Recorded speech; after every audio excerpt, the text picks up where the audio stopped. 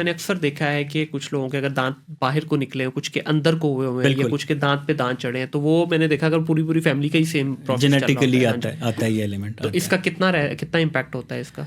Genetically आप समझें कि 30 से 35% है। ठीक है। बाकी जो है दांतों का टेढ़ा होना या ख़राब होना, अंगूठा चूसना, फीडर पीना, ब्रश ना करना, मीठा खाते रहना, नशास्ता खाते रहना, साफ़ ना करना, ये इसका बुनियादी वजह है। अच्छा, एक ख़ास तौर पे ये सवाल का ये बल्कि मैं अपने भांजों के लिए पूछ रहा हूँ। वैसे शरारती बच्चे हैं, बड़े हो गए हैं माशाल्लाह से, 13 14 साल के अंगूठा भी चूसते हैं, और उनके दांत पहले बिल्कुल ठीक थे, बड़े प्यारे दांत थे उनके, अब वो बाहर निकलना शुरू हो गए हैं। ठीक है, आगे वो भांजी हैं, उन्होंने भी यही काम शुरू कर दिया है। तो क्या अंगूठा चूसने से ये वाकई निकलते हैं दांत बाहर? बिल्कुल निकलते हैं। अर्ली एज में जब तालू भी नरम होता है, जी। हम बॉटल फीडिंग से हम क्यों मना करते हैं? हम फीडर से क्यों मना, हम क्यों माँ की जो फीड पे जोर देते हैं कि जो सिलिकॉन का निप्पल या हमारा इंसानी अंगूठा, अब जब ये चूसते हैं तो उसको सक करते करते तालू उसकी शक्ल ले लेता है। जब तालू तंग होगा तो दांत बाहर को आएंगे। बिल्कुल सही। दांत बाहर आएंगे, फिर बड़े होके 12 साल की उम्र के बाद ब्रेसेस या लाइनर सीधे करने पड़ते हैं, खुद बहुत सीधे नहीं होते हैं। मतलब तो अंगूठा चूसना और फीडर पीना दांतों के टेढ़े होने की बहुत बड़ी वजूहात हैं। बिल्कुल सही है।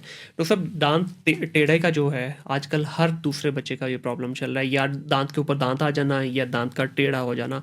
इसका ठीक है, ब्रेसेस तो हाल है, उस पर भी हम बात कर लेते हैं। क्या इसका कोई नेचुरल रेमेडी भी है कि आप ये एहतियात कर लें तो बचत हो सकती है? एहतियात ये कि माँ की फीड पे रखें नवज़ायदा बच्चे को, और जो बच्चा अंगूठा चूसना शुरू करे और आपके कहने से ना मना हो रहा हो, फिर एक्सपर्टीज़ यानी कि डेंटिस्ट के पास जाके उसका कोई रेमेडी करें।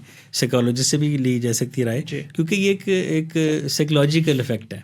बच्चा जब अपने आप को अकेला महसूस करता है, या उसको टेंशन सीकर होता है, या उसको वक्त कम मिल रहा होता है बड़ों की तरफ से, फिर उसके पास एक वाहिद एक्टिविटी अंगूठा चूसना होता है, या नेल बाइटिंग करना होता है। बिल्कुल ऐसे। अच्छा, फीडर की आपने बात की, फीडर तो यूजली बच्चा लेता है अपने मिल्की टीथ की उसमें टेन्योर में, लेकिन जब आपके रियल टीथ आ जाते हैं बात के, तो क्या वही फ्रेम जो बना होता है उसमें भी दोबारा वो निकलता है, या उसमें फिर बेहतरी आने का चांसेस होते हैं?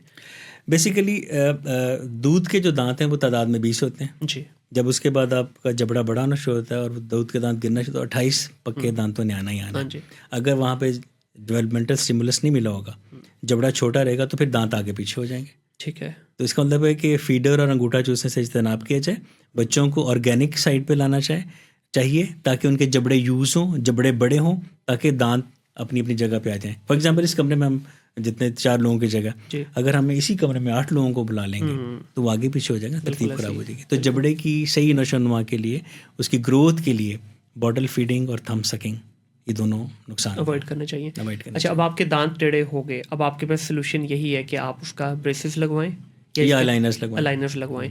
तो इनका सर टेन्योर कितना होता है? ये भी कंडीशन टू कंडीशन वेरी करता है। बिल्कुल, बहुत थोड़े से होंगे तो कम टाइम लगेगा, ज़्यादा ख़राब होंगे ज़्यादा टाइम लगेगा। ठीक है। तो ये लेकिन 100% हो जाते हैं अलाइन, या इसमें भी रहता है थोड़ा? नहीं, हो जाते हैं, 100% हो जाता है। तो है। बहुत टेक्नोलॉजी आ गई सर। ठीक है, हो जाता है। तो इसकी सर कॉस्ट क्या आती है रफली, अगर हम बात करें? ज़ाहिर है वो तो कंडीशन टू कंडीशन भी वेरी करेगा, लेकिन एक रफ कॉस्ट क्या आती है अगर आपने ब्रेसेस लगवाने हैं? जो स्टार्टिंग है 40-45 हज़ार रुपये से लेके 2-2.5 लाख तक इस पे खर्चा आ सकता है। ठीक है। अगर आप अलाइनर्स पे जाते हैं तो ज़्यादा खर्चा है, ब्रेसेस पे जाते तो कम खर्चा है, लेकिन ब्रेसेस के कुछ अपने नुकसान आता है। कुछ बता दीजिए प्लीज़, ब्रेसेस के नुकसान भी क्या है? जब ब्रेसेस आपने वो स्टार सी लगी होती है, मेटालिक ब्रैकेट्स लगी होती है, उनको साफ रखना सबसे बड़ा मसला है। जो भी ब्रेसेस का पेशेंट होगा, आप नोट कीजिएगा, उसके मसूड़ों से ब्लीडिंग होती होगी, उसके मुंह से बदबू आती, क्यों? कि उसकी सफाई प्रॉपर पॉसिबल नहीं है। सही। हम उनको खास इंटरटेंडर ब्रशेस देते हैं, लेकिन उसके बावजूद भी वो सफाई हो नहीं पाती। सही। फिर क्या होता है कि कभी ब्रैकेट उतर गई, कभी तार टूट गई, तार चुभ रही है, उसने ज़्यादा जख्म डाल दिए। उससे बचने के लिए जद्दत आके अलाइनर्स की, जो कि ट्रांसपेरेंट अलाइनर्स होते हैं, ठीक है, वो बच्चा लगा लेता है, सिर्फ खाने पे उतारना, इनविजिबल जो है वो, इनविजिबल लाइनर्स। लेकिन मैं आपको बता दूं कि कुछ जगहों पे लाइनर्स काम नहीं करते, वहाँ पे मैं फिर ब्रेसेस की तरफ आना पड़ता है। सही। जब ब्रेसेस लगवाएं तो फिर फ्रीक्वेंट डेंटिस्ट के पास जा जाके अपने दांतों की मसूड़ों की सफाई करवाते रहना चाहिए, ताकि दांत तो सीधे होने हैं ही, और कोई कॉम्प्लिकेशन ना आ जाए। पता चले दांत सीधे हो गए, बाकी मसूड़े बैठ गए। हाँ, बिल्कुल ऐसे ही है। तो ये है इसका। ठीक है। और इसकी आप कह रहे हैं कि 40-50 हज़ार से लेके 2-2.5 लाख तक होता है, डिपेंडिंग अपॉन कि सिचुएशन क्या है, सिविरिटी क्या है। ठीक है। तो इसमें हम टेन्योर सेट करते हैं कि 6 माह में सीधा होगा, 8 माह में, 10 माह में, 1.5 साल में, 2 साल में। तो इसका एक एवरेज टाइम क्या होता है, या बल्कि मिनिमम से मैक्सिमम टाइम कितना जाता है? 1 साल तो हंसते खेलते लग जाता है। ठीक है। 2 से 2.5 साल भी लग सकते हैं। सही। And what is the right age to get braces done? 12 से 13 साल से शुरू करना चाहिए, उससे पहले नहीं। ठीक है। और उसके बाद आप कोशिश करें कि 25 साल के अंदर अंदर 30 साल के अंदर अंदर लगवा लें। सही। वो बाद में भी सीधे जाते हैं, ठीक है। लेकिन चूंकि बाद में हड्डी मजबूत हो जाती है ना जबड़े की, तो दांतों को मूव करके सीधा तो कर लिया जाता है, लेकिन दांतों में मोबिलिटी आने के चांसेस होते हैं, दांत हरकत कर सकते हैं, क्योंकि एक सख्त चीज़ में से आप उसको मूव कर रहे हैं, तो ज़रा वो। जिसमें सर मैंने सुना है, आई डोंट नो ये मिथ है या रियलिटी है, कि जब आप ये ब्रेसेस लगवाते हैं तो उसके बाद आपकी दांत उतने मजबूत नहीं रहते जितने पहले होते हैं। तो क्या मिथ है? कोई चक्कर नहीं है, इसका कोई फर्क नहीं पड़ता। कोई फर्क नहीं पड़ता। तो इसकी साइंस क्या है? क्योंकि आप जब एक तो है ना, देखें दांत ऊपर नीचे चढ़ गया या टेढ़े हो गए, तो उसको जब आप बनाते हैं तो स्पेस क्रिएट करते हैं बीच में। हाँ जी, पहले तो ये था जब ब्रेसेस हम करते थे तो हम कुछ दांत है मखसूस, हम 4 नंबर ये कहने फर्स्ट प्रीमोलर, हम वो निकाल देते थे। हाँ जी, बिल्कुल, ताकि वो जगह बने, तो उसके 4 की जगह 3 आएगा, 3 जगह 2 आएगा, 2 जगह 1 आ जाएगा। ठीक है।